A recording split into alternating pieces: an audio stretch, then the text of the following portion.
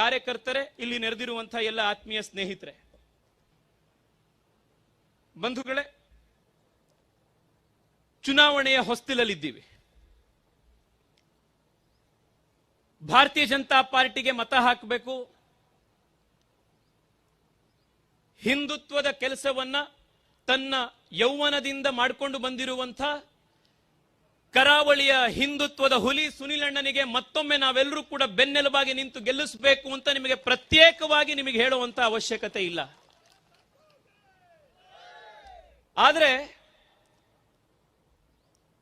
ಕಳೆದ 4-5 ವರ್ಷಗಳಲ್ಲಿ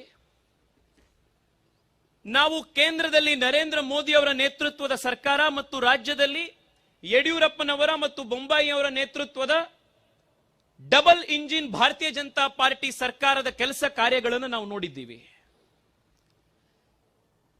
ಎರಡೂ ಕಡೆ ಭಾರತೀಯ ಜನತಾ ಪಾರ್ಟಿಯ ಸರ್ಕಾರನೇ ಯಾಕಿರಬೇಕು ಅನ್ನುವಂಥದ್ದನ್ನ ಮಾತ್ರ ನಾನು ನಿಮ್ಮ ಎದುರುಗಡೆ 4-5 ನಿಮಿಷಗಳಲ್ಲಿ ಪ್ರಸ್ತಾಪ ಮಾಡಲಿಕ್ಕೆ ಪ್ರಯತ್ನ ಮಾಡ್ತೇನೆ.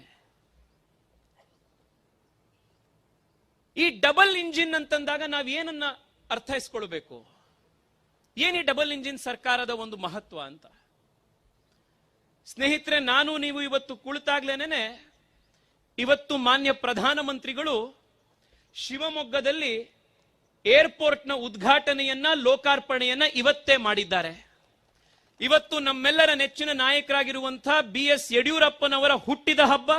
ಹಿಂದೆ ಆ ಏರ್ಪೋರ್ಟ್ನ ಲೋಕಾರ್ಪಣೆಯ ಕೆಲಸವನ್ನು ಕೂಡ ಪ್ರಧಾನಮಂತ್ರಿಗಳು ಮಾಡಿದ್ದಾರೆ. ಕಳೆದ 5-6 ವರ್ಷಗಳಲ್ಲಿ 7-8 ವರ್ಷಗಳಲ್ಲಿ ನಮ್ಮ ರಾಜ್ಯದಲ್ಲಿ ಪ್ರತಿ 150-200 ಕಿಲೋಮೀಟರಿಗೆ ನಿಮಗೆ ಒಂದು ಹೊಸ ಏರ್ಪೋರ್ಟ್ ಅನ್ನು ನರೇಂದ್ರ ಮೋದಿ ಮತ್ತು ಭಾರತೀಯ ಜನತಾ ಪಾರ್ಟಿ ಸರ್ಕಾರಗಳು ಕೊಟ್ಟಿವೆ. ಕನೆಕ್ಟಿವಿಟಿಯಲ್ಲೇ ಕೂಡ ಒಂದು ದೊಡ್ಡ ಕ್ರಾಂತಿ ನಮ್ಮ ರಾಜ್ಯದಲ್ಲಿ ಕಳೆದ 7-8 ವರ್ಷಗಳಲ್ಲಿ ನಡೆದಿದೆ. ಹಿಂದೆ ಬೆಂಗಳೂರಿನ ಏರ್ಪೋರ್ಟ್ ಮಾತ್ರ ಕಾರ್ಯನಿರ್ವಹಿಸ್ತಾ ಇತ್ತು.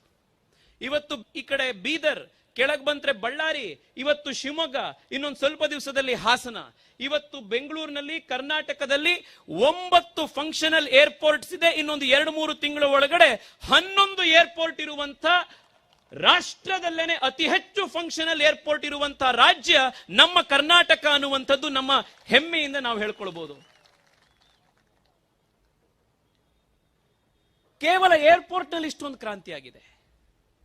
ಇನ್ನು ಹೈವೇಗಳಲ್ಲಿ ನಿಮಗೆ ಆಶ್ಚರ್ಯ ಆಗತ್ತೆ ಈ ಮಾಹಿತಿ ಕೇಳಿದ್ರೆ.